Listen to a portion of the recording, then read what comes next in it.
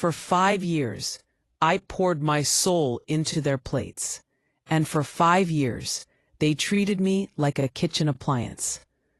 My name is Rosa. I'm 29 now, and this is the story of how the best food I ever created wasn't served on fine china, but published on glossy paper. They took my job, they tried to take my identity, but they forgot one thing. They didn't own the recipes. They didn't own the story behind the flame. When I walked out of the Devereaux mansion that final, humiliating night, I felt the sharpest pain of betrayal. But pain, like heat, can be used to forge something beautiful. I didn't get angry.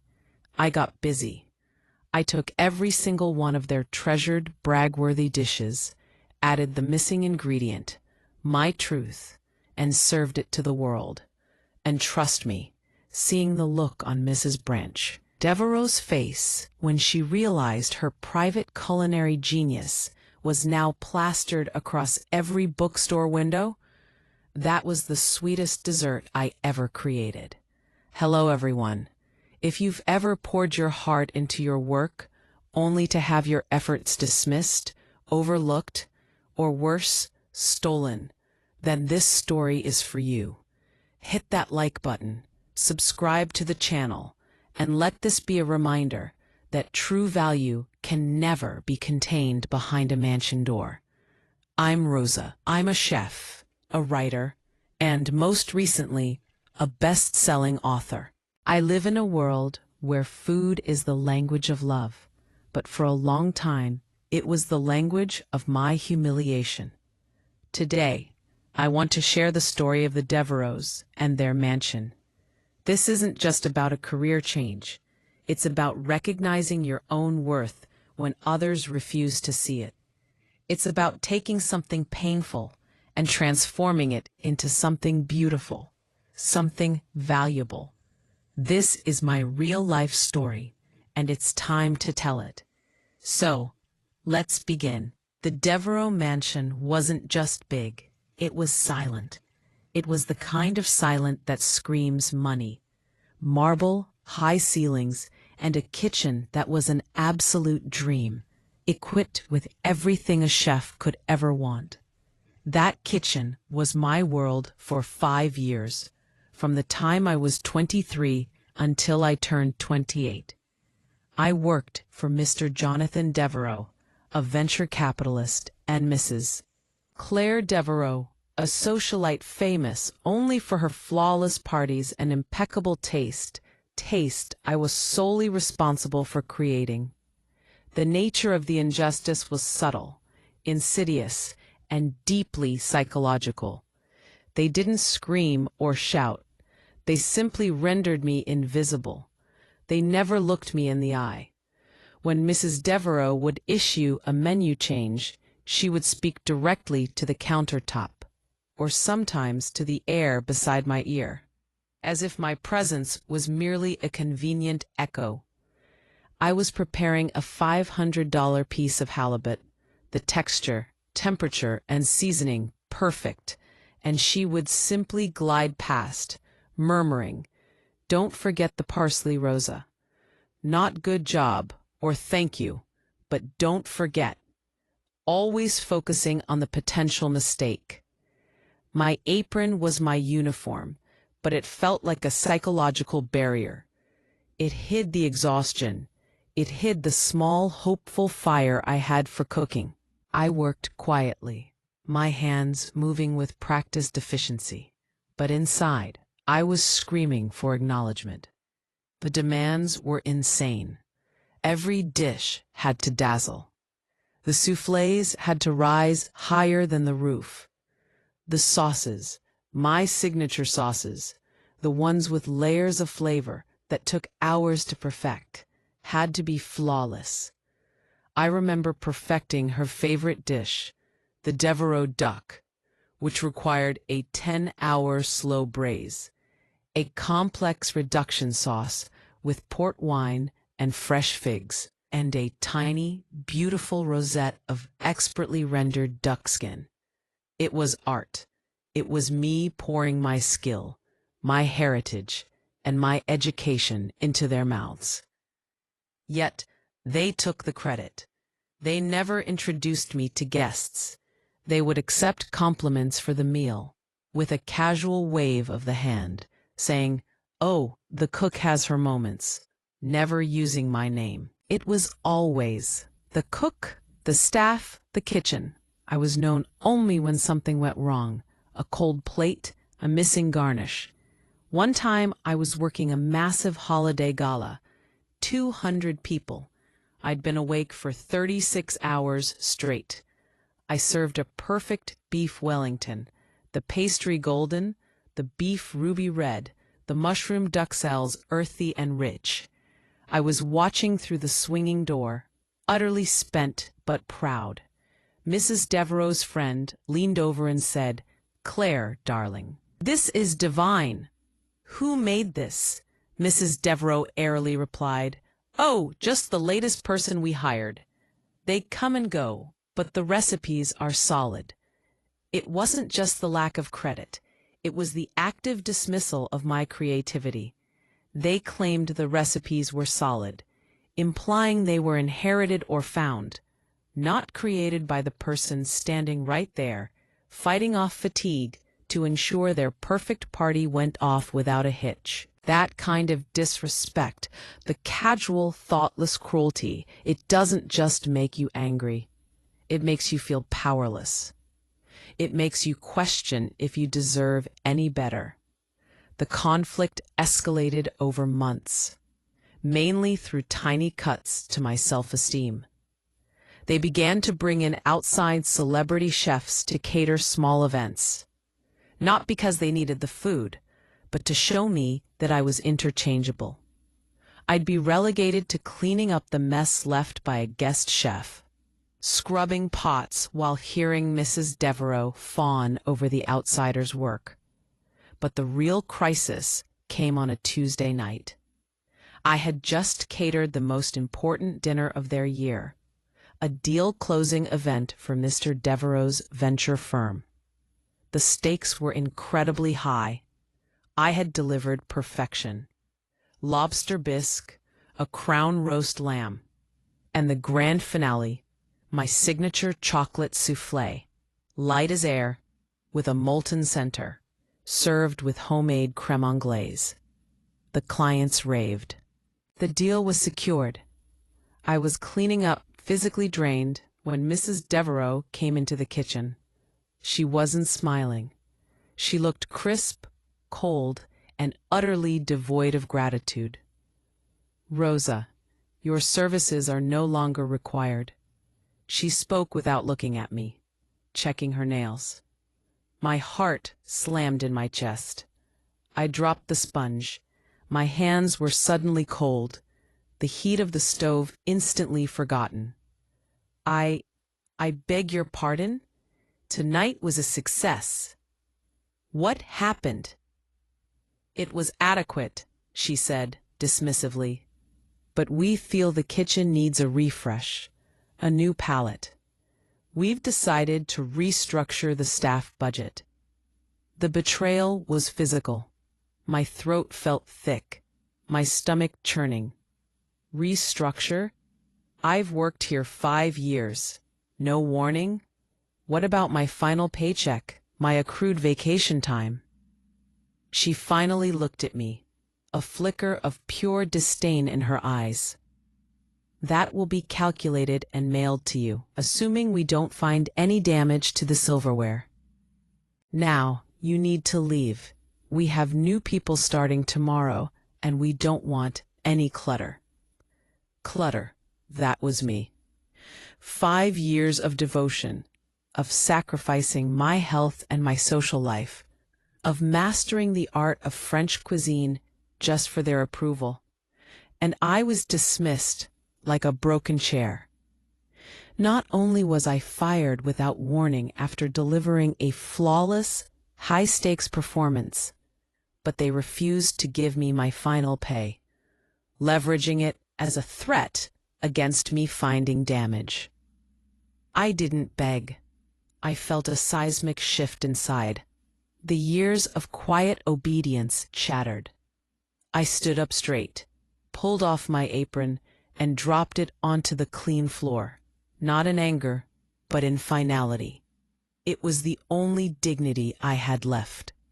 I walked out of that kitchen, through the silent house, and slammed the heavy oak door behind me. The echo in the quiet mansion, I hoped, was loud enough to disturb their perfect evening. I went home to my small apartment, the smell of lamb fat and chocolate still clinging to my hair. I sat at my tiny kitchen table and pulled out the only thing I truly owned from that experience: my worn, grease-stained recipe journal. It was packed with every meticulous measurement, every secret technique, every successful menu the Devereaux had ever bragged about. The Devereaux duck, the molten soufflé, the truffle risotto. They thought they owned the food I served, but they didn't. I owned the blueprints. I started to write. At first, it was just the recipes. But then, as the initial shock subsided, something else took over. My story. I began to write about the silence, the expectation of perfection, the invisible labor, the subtle humiliation. I wrote about what it felt like to create beauty for people who refused to acknowledge the creator. I wrote about the soul that goes into a truly great meal, the patience, the pain, the passion. I realized the ultimate revenge wasn't throwing a pie in their face. It was turning my pain into something undeniably valuable, something the world would embrace, and something they would have to witness. I named the manuscript The Heart of the Hearth, Recipes Born from Silence. The dedication page was already written in my heart. I used the small savings I had left, money intended for equipment, and invested it into professional food photography and a freelance editor. This book had to be perfect. Every picture, every word had to be a testament to the skill they had dismissed. The book wasn't just a cookbook, it was a manifesto. For the recipe of the molten chocolate soufflé, I included a paragraph describing the physical sensation of exhaustion and the desperate need to deliver perfection when your pay was being held hostage. For the Devereaux duck, I wrote about the silence of the dining room and how I poured all my unspoken thoughts into the richness of the sauce. I submitted the manuscript to a major publishing house. The editor called me back 2 days later, breathless. They said the combination of high-end, complex cuisine and the raw, vulnerable narrative was unlike anything they'd ever seen. It was relatable defiance. The book was a risk, but it hit the zeitgeist perfectly. People connected instantly with the theme of being underappreciated in their work. The reviewers didn't just talk about the food. They talked about Rosa, the chef who found her voice. When The Heart of the Hearth, Recipes Born from Silence, hit the shelves months later, it soared. It became a national bestseller, praised for its authenticity and soul, and my photograph, Rosa, confident, unsmiling, powerful, was on the back jacket. The key to the revenge, the thing that made it so sharp, was the dedication page. It was short, powerful, and ambiguous enough to cause maximum internal damage to the Devereaux. On the dedication page, I wrote, "To those who taught me patience and appetite for justice." They would know exactly who I meant. They would know that the praise the world was showering on my genius was built on the foundation of their cruelty. The book tour started. Suddenly, I was the one with the spotlight. I was doing interviews, appearing on national morning shows, and signing copies in giant bookstores. One afternoon, I was at a major downtown bookstore for a signing event.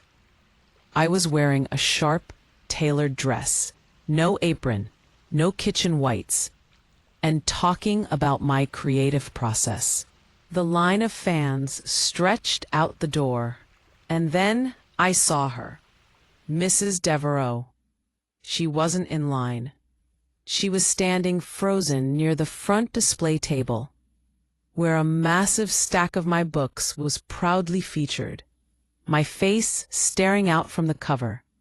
The bookstore had even plastered a giant poster of the Devereaux duck, my Devereaux duck, with a quote from the Times, calling it culinary genius. Her face, usually so composed, was a mask of pale shock and pure, unadulterated anger. Her eyes darted from the book to my face, back to the glossy page displaying the famous soufflé she used to claim as her own. The realization was hitting her. Every dinner party she'd ever thrown, every compliment she'd ever accepted, had been based on stolen labor. She was being publicly exposed, not by a lawsuit, but by a bestseller. She sees it. She sees that everything she thought was hers, the elegance, the taste, the credit, has been repackaged and sold by the clutter she dismissed. She looked like she wanted to scream, but she was trapped. She couldn't make a scene. She was in public, and I was the celebrity. Her power had completely vanished. She was just another woman, standing in the presence of someone she had tried to erase. A fan, a sweet older woman, stepped up to me for her signature. As I signed the page, Mrs. Devereaux was still watching, paralyzed. I looked up at the fan, making sure my voice carried, just loud enough for Mrs. Devereaux to hear. "Thank you so much for your support," I said, handing the book back. Then I added, with a beautiful, genuine smile, "It's funny how the sweetest victories are served cold." Mrs. Devereaux turned the color of stale flour. She clutched her handbag, spun on her heel, and hurried out of the store, slamming the door just like she had slammed the door on me months before. I watched her go, not with hatred, but with a deep, cleansing sense of validation. The applause that followed felt like a physical washing away of 5 years of grime. The final paycheck she held hostage, it was nothing compared to the royalties I would earn from her favorite recipes for the rest of my life. That moment in the bookstore was the moment I truly understood the difference between wealth and value. The Devereaux had wealth, but they had no intrinsic value to offer the world, only to consume. I, the cook, had value because I created something from nothing, something meaningful and honest. The lesson here is simple. Never let anyone define your value based on the room you are standing in. They tried to keep me silent, to keep my work invisible, but by doing so, they gave me the most powerful tool I could ever possess, a compelling story of struggle and triumph. Justice isn't always loud or dramatic. Sometimes it's quiet. It's publishing your truth. It's taking the things they thought were theirs, your skills, your time, your intellectual property, and turning them into your personal empire. If you are pouring your energy into a place or a job where you are perpetually underestimated, remember Rosa's kitchen rule. They can fire you, but they can't fire your genius. Find your medium, writing, coding, art, science, and share your brilliance on your own terms. Your story, your expertise, is your highest currency. If this story of culinary justice gave you chills, if you've ever dreamed of serving up your own perfect moment of triumph, please smash that like button. I want to hear from you. What is the one dish or creation you made for someone who never gave you the credit you deserved? What is the secret recipe you held back? Tell me your stories in the comments below. And of course, subscribe for more real-life stories about comebacks, validation, and the powerful magic of turning pain into profit. Until next time, find your voice, tell your truth, and always remember the best food is the food you cook for yourself. Thank you for watching.